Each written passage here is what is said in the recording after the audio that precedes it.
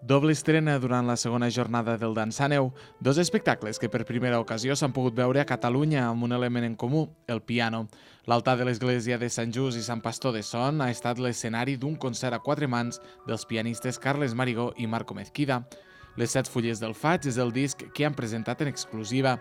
La proposta s'inspira en un text del poeta Josep Carner, de qui l'any vinent es commemorarà el 50è aniversari de la seva mort.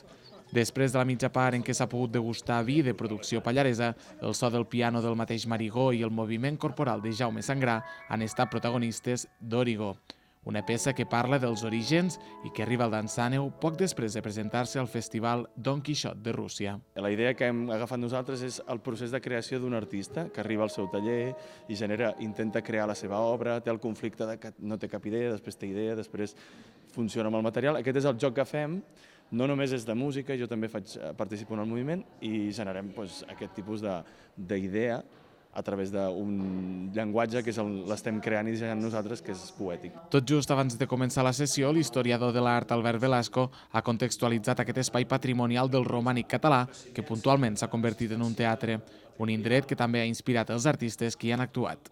Quan ahir vàrem trepitjar aquest espai tan meravellós, vàrem descobrir que en la nostra peça hi ha una part de fe, de vocació, que desconeixíem i ens l'ha donat l'espai. Les ressonàncies de l'espai, les dimensions de l'espai, l'estar aquí. I això és un luxe poder adaptar i, a més, reinterpretar el mateix material.